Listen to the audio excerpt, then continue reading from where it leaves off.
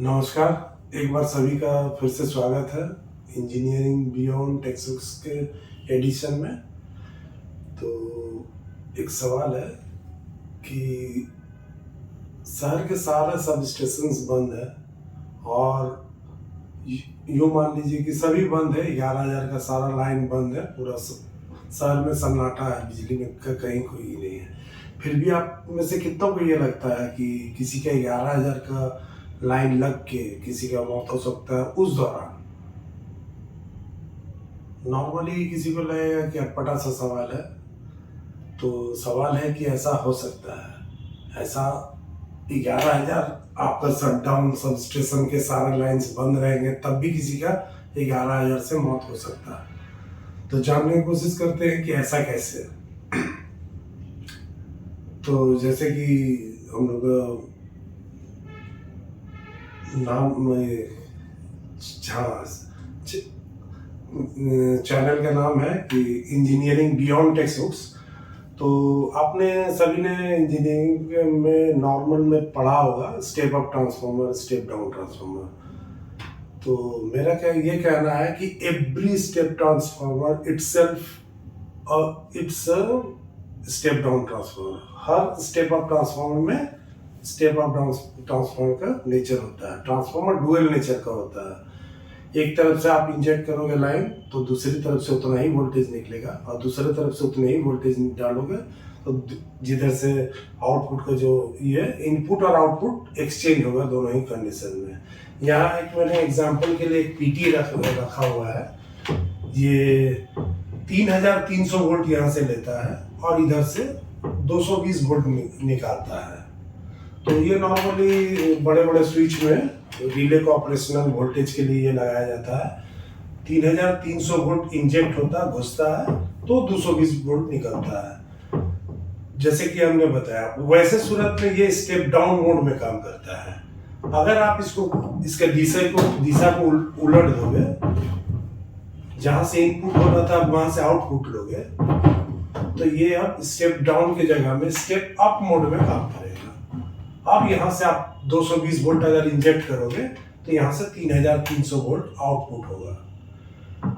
एक चीज और यहाँ पर है हमारे यहाँ, ये ट्रांसफार्मर का ऑयल टेस्टिंग मशीन है। ये उसका ऑयल जार है। अगर आप गौर से देखेंगे तो ये उसका गेज बोलते हैं इसको। इसमें 2.5 mm और 4 mm का दो गेज है। आप इसको अगर टेस्ट देखोगे तो ये सेट होता है इस तरह से, इसको लगा के, मतलब ये इंश्योर करते हैं कि दोनों स्टड के बीच में 2.5 mm का ही गैप हो। अब मैं इसको यहाँ पे इंस्टॉल कर देता हूँ या इसके स्थान पे रख देता हूँ। अब इसको सेफ्टी के लिए इसको बंद कर देते हैं।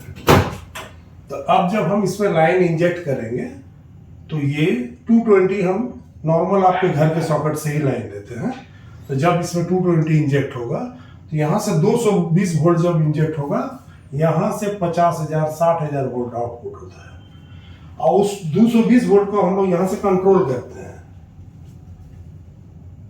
आप इसके अनुसार इसको घुमा के मैनुअली या मोटराइज्ड भी बहुत अभी नए मॉडल में मोटराइज्ड आता है। इसमें भी मोटराइज्ड का सेक्शन लगा हुआ है। आप पुश करोगे तो ये मोटराइज्ड अपने आप ऑन होके ये डिजायर्ड जगह में चला जाएगा। तो ये कहने का मतलब है कि 220 वोल्ट से ये 50 वोल्ट 60,000 वोल्ट आउटपुट देता है। और ये जो पीटी के जिक्र मैंने किया, तो 3,300 वोल्ट इंजेक्ट होते हैं तो 220 वोल्ट होता है, और 220 वोल्ट इधर से इंजेक्ट करेंगे तो 3,300 वोल्ट निकला। तो आखिर मैं इतने सारे बातें क्यों कर रहा हूँ? यह मेरा पहला सवाल से इस बात का क्या रिलेशन है कि शहर में सारी जगह में 11,000 कटा हुआ है, फिर भी किसी को 11,000 में करंट लग के कैसे मौत हो सकती है?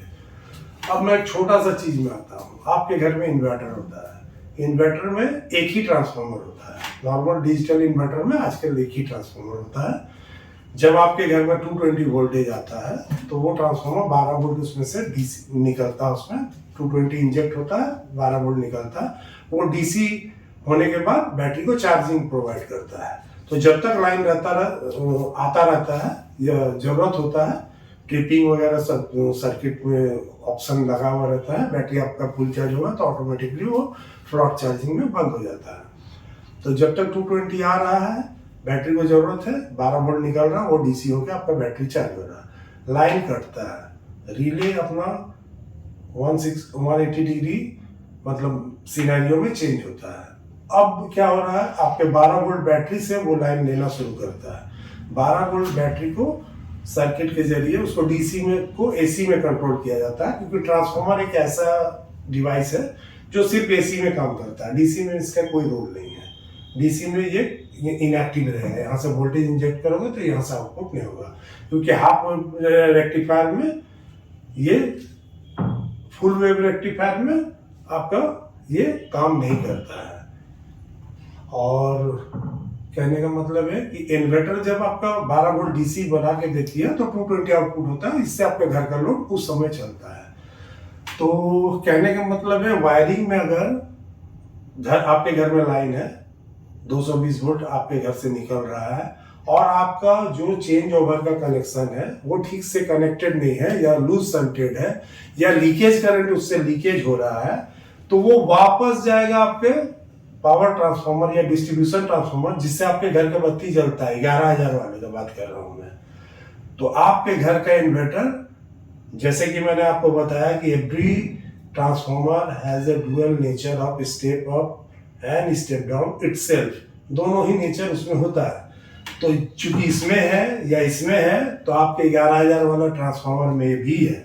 तो आपके घर के इन्वर्टर का लीकेज करंट वापस वो वायर्स के जरिए जाएगा, ट्रांसफार्मर का 220 के जगह में वो एक घुसेगा। तो जब 440 की जगह में आपका न्यूट्रल टू फेज 220 इंजेक्ट होगा आपके इन्वर्टर के लीकेज करंट से, तो ट्रांसफार्मर भी ठीक उसी डुअल नेचर के तरफ काम करते हुए 11,000 बनाना शुरू कर देगा। जैसे कि इसमें हम लोगों ने देखा 220 वोल्ट इंजेक्ट करने से 50,000 हो रहा है, तो उसमें भी 220 वोल्ट अगर इंजेक्ट होगा तो 11,000 बनेगा। ऐसे सूरत में अगर लाइन कटा हुआ, लीकेज करंट आपके इन्वर्टर से उस ट्रांसफार्मर तक का पहुंच होगा, तो कोई भी व्यक्ति उसमें 11,000 का फ्यूज को अगर छुएगा उस दौरान, तो उनकी मृत्यु हो सकती है। तो इलेक्ट्रिसिटी कभी भी सिंपल नहीं है। इलेक्ट्रिसिटी ऑलवेज कॉम्प्लिकेटेड चीज है। तो इस बात का ध्यान रखेंगे। और ये आज की जानकारी के लिए था।